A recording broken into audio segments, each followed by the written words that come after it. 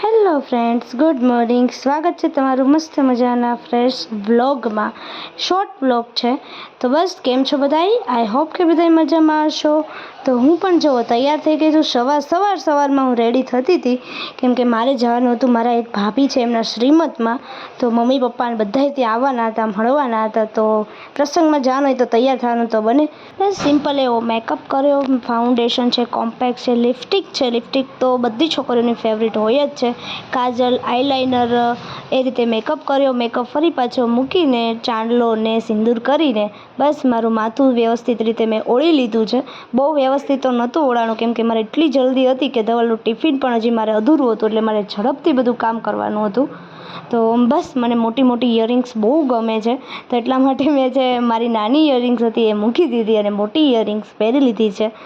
અને બધો મેકઅપનો સામાન ફરી પાછો જેમ તેમ મૂકી દુપટ્ટો લઈને હું આવી ગઈ નીચે આવીને ફટાફટ ધવલ માટે બનાવી રોટલી.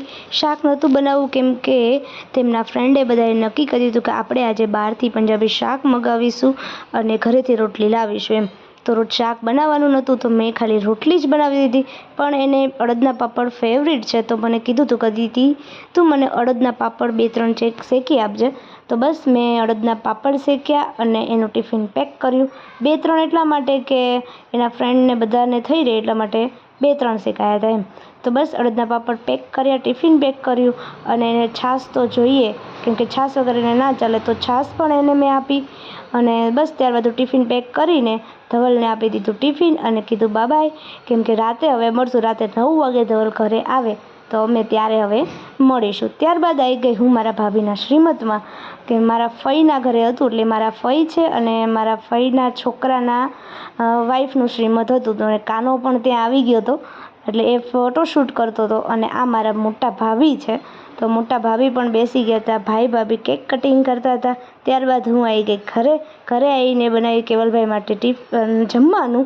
અને ત્યારબાદ ટ્યુશનનો ટાઈમ થઈ ગયો, તો છોકરાઓ પણ આવી ગયા હતા ટ્યુશનમાં. મમ્મી નહોતા એટલે ટ્યુશન મારે જ કરાવવાનું હતું. તો બસ આવો હતો મારો દિવસ. તો જો વિડીયો ગમ્યો હોય તો લાઈક કરજો, શેર કરજો અને સબસ્ક્રાઈબ કરજો. તો મળીએ નેક્સ્ટ વ્લોગમાં. Bye, take care.